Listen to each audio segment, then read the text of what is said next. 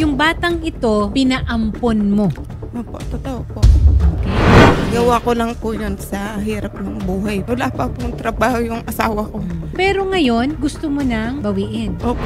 Clara talaga ang niya, ipakilala niya. Si Ma'am Marlene Clara. Sabi ko, ang pangalan mo hindi Clara ah. Annalyn ang pangalan mo, tama. She uses different names para makapanloko ng tao. Ang sabi niya, ma'am, pakiusap po, hindi ko po kayang buhayin yung anak ko. Ang kaibigan ko ang magtutustos ng pagbubuntis niya. Ang dami niya pong hiningi sa kaibigan ko. Pamasahe, etc. Sabi ko, puntahan kita sa bahay mo. Ayaw niya magpapunta sa bahay. Napakadami niyang hiningi sa kaibigan ko. Wala pong bentahan na nangyari. Pero sana maging patas ka, yung ginastos ko sa anak mo, ibalik mo kasi pinaghirapan ko yan. May proseso rin po yan. Yes. Niwasan po natin yung mga instances na maulit. Hindi po muna agad natin Yes. ibabalik yung bata. Ito-turn over po sa aming opisina ang bata. Ang opisina po namin ay magkakandak na investigation.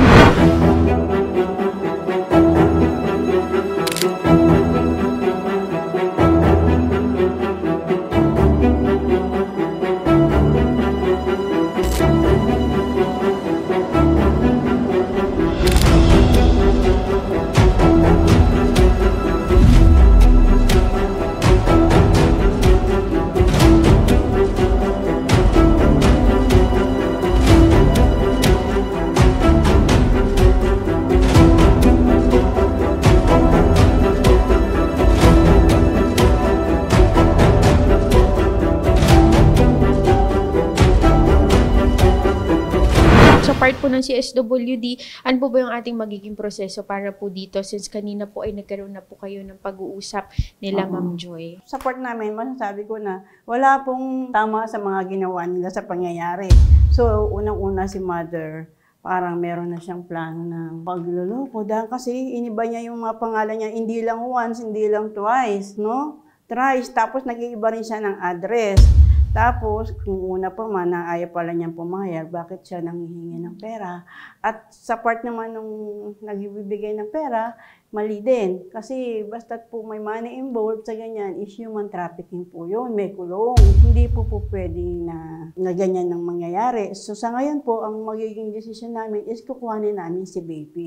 Kasi wala kang mother pang ititingnan muna namin kung i-home visit ka po namin, kung bakit gano'n, ba't mo naisip na gano'n. Na sinasabi mo, na hirap ka sa buhay.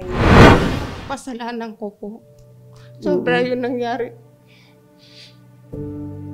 Maniwala kayo sa akin o sa hindi. Kasalanan ko lahat talaga to.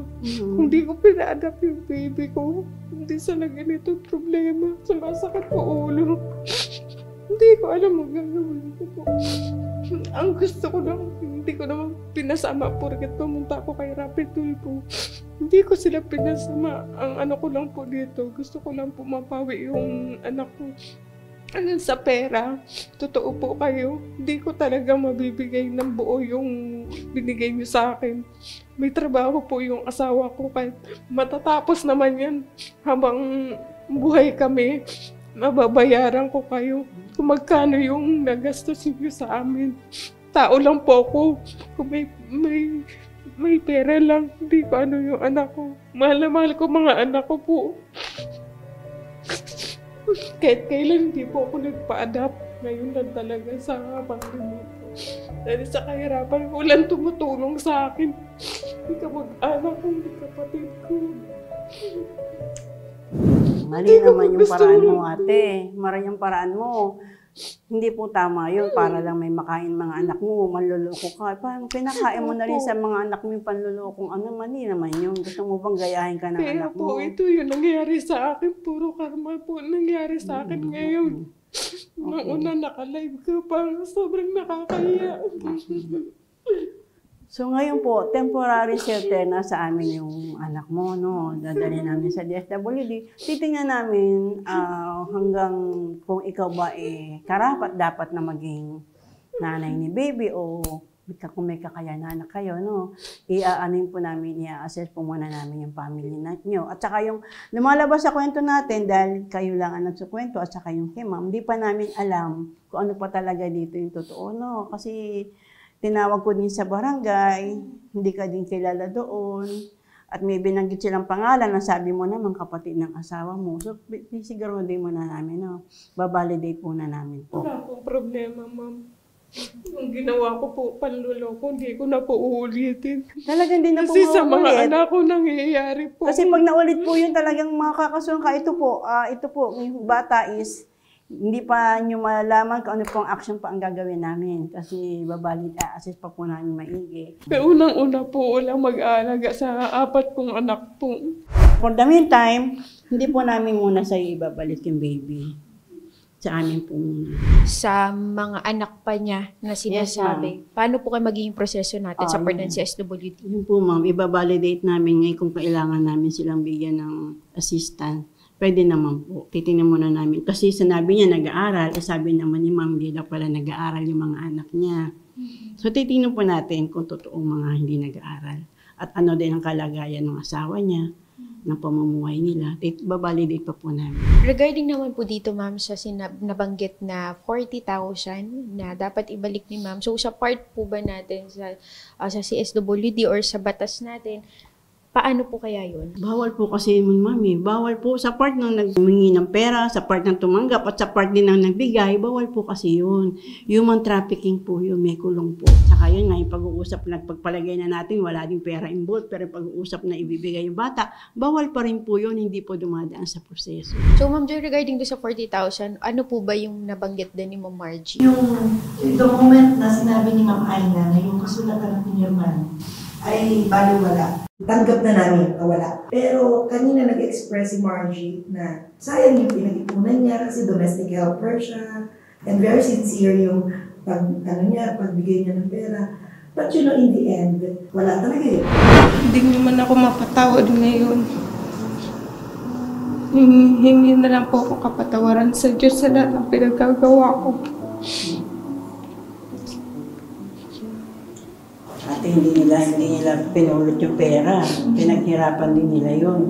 Dugo at pawis din yung pag-sa-abroad. Talagang 24 hours a day yung pinagtatrabahuhan, walang pahinga.